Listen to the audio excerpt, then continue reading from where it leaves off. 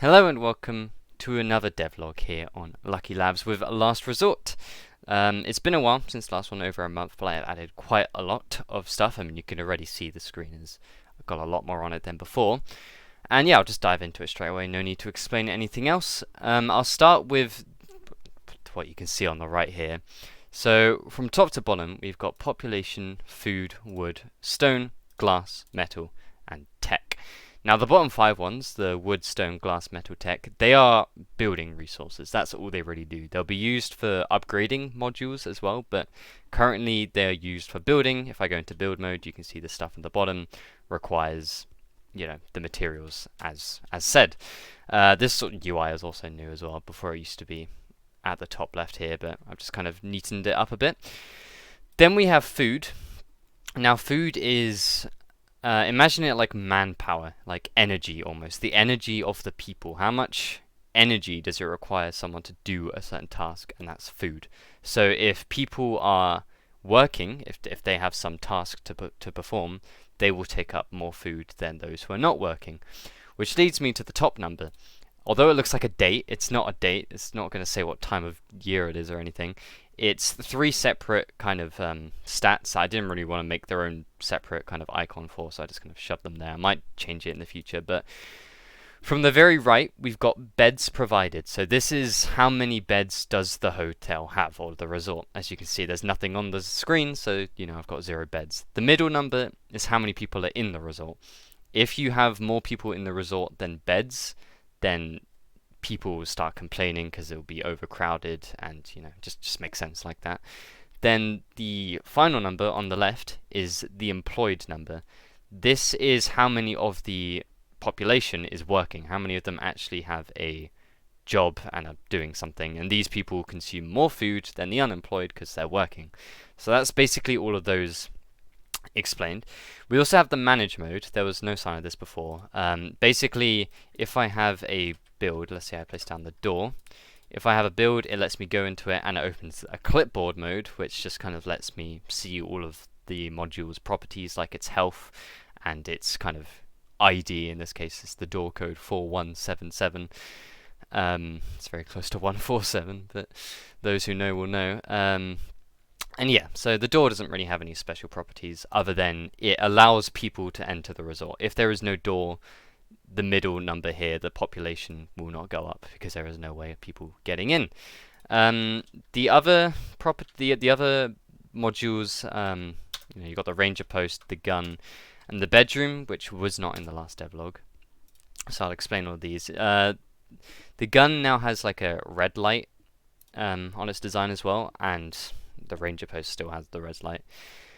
But what the red light signifies is that there is no one working in the module. So if I go into manage mode and click on the ranger post, for example, there's a workers thing down here. Currently it's inoperative, it doesn't have any workers, it's got nothing basically. But if I add a worker, now the light's gone green, and a ton of other stuff has appeared now. So the purpose of the ranger post is to basically go out on expeditions and gather the materials on the side, the wood, stone, glass, metal, tech. It can even gather food and people. If you've got enough kind of free rooms in your resort, they can find survivors and bring them back to the resort. So that's basically the purpose of that, the ranger post. Yeah, you can see it says in this case 3 days until they return if I kind of begin the route. And they can die as well. There is a chance that they can die and you can lose people, which is what the casualties and reliability is for. The higher the reliability, the less chance they die, obviously. We've got the status as well. If there's no one working there, it's inoperative. And we've got the top, which is just a random Greek letter and an animal mushed together, just kind of a little kind of identifier to kind of make it a bit more different to other ranger posts you might have. And we've of course got the health at the top right. The gun as well, it needs to have a worker, so there you go, the green light appears when you have a worker. It keeps track of its hits and kills. Again, this doesn't really mean anything, it's just if you want to know which gun is killing the most things, then this is how you could figure it out. It also shows how much ammo it has, its range, and its rate of fire, and its DPS, which are all just kind of stats you'd probably want to know with a gun. So yeah, the ammo I can refill. It just costs 1 metal, and I can add more ammo. The range 850 for context from where the gun is. That kind of reaches to where my mouse is here. That's 850 roughly.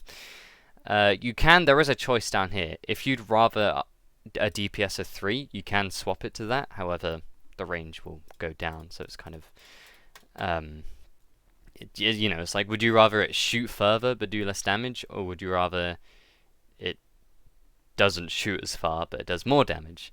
Obviously, the one that does more damage is technically preserving more ammo, because the ammo does more damage, if that makes sense. So yeah, you can decide which one you'd want to pick. A combination of both is probably a good idea. And then you've obviously got health at the top right here, and who is operating the gun. In this case, we've got Gary Y operating the gun.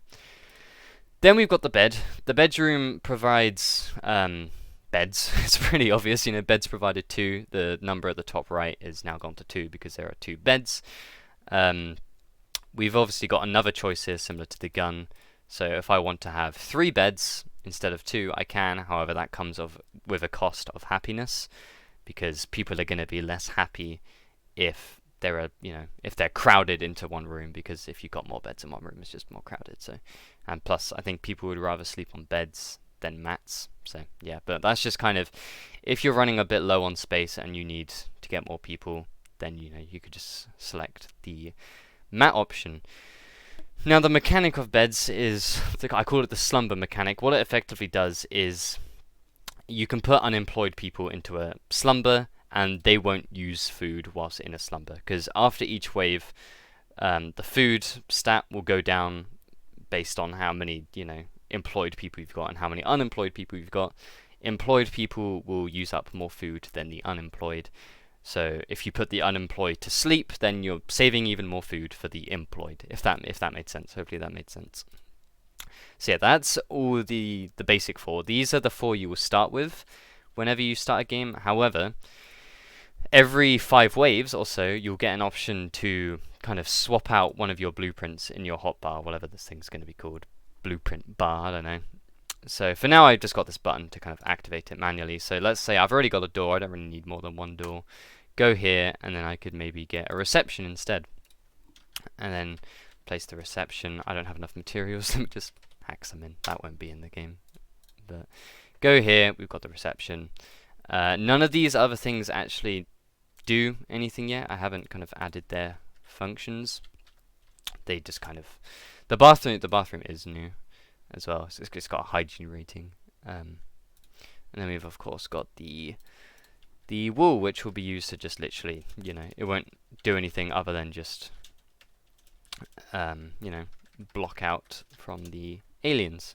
But you can still ID it, because there might be some stuff with the upgrades, because the idea is to have it so each module is upgradable. You can go into an upgrade mode and there'll be an upgrade tree, and you'll be able to pick kind of what ones you want for each module. And yeah, that is effectively the necessities. I'll show you what the ranger post kind of, when they return from their expedition, I'll show you what that looks like. I'll cut ahead until when they appear, because I'm gonna have to sit through 3 waves. So yeah, I'll show you a bit of the actual wave gameplay. This is the wave before the ranger people will come back and give me their report and everything. So yeah, currently the aliens, they just kind of walk past everything. In the actual gameplay, they'll for each module they'll hit there and break it, which is why you want the walls, because they've got the most health. Currently, when they just touch the door, they just disappear. Basically, they don't do anything. Obviously, when they touch the door, your population might start going down, your happiness, food, all of it will start going down, basically. Which is why you want to guard the door as much as possible. And yeah, another thing to note: if the gun runs out of ammo mid-wave, the light will turn yellow, and it will just stop shooting. There's nothing you can do. But here is the ranger report. You'll see it shows, how many survivors were found, any casualties. We didn't have any casualties. And here are all the resources it gained. So, I have tried to balance it to make it so you get a good amount of resources for the amount of time you have to wait.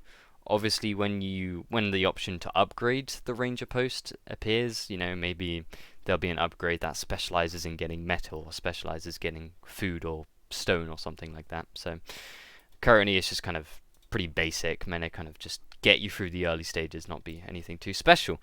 And yeah, that is basically it. Nothing really new to show. The next steps definitely are to get it so the aliens can actually damage structures, get it so they can actually, you can actually lose basically. Also to give the aliens an actual model instead of making them just, red squares sliding across the screen. But yeah, things are going good. There's not really been any problem. So yeah, I don't know when the next devlog will be. Probably in another month's time. And then maybe with that devlog could come a very early kind of beta. Because hopefully by the next devlog, my goal will be, as I said, to get all the necessities done for the basic game loop. So yeah, that's basically all I kind of have so far. I haven't gone everything, and I haven't gone into super detail about everything because you can figure it out for yourself when you get it, So yeah, that is it so far. If you've got any questions, I did go over everything quite quickly, so if you've got any questions, feel free to ask. If you've got any recommendations, constructive criticism about how anything looks or how anything works, feel free to say so, because I do want this game to be good nonetheless. So thank you for watching the first official devlog of Last Resort, as this is devlog 1. And yeah, I will see you next time. Goodbye.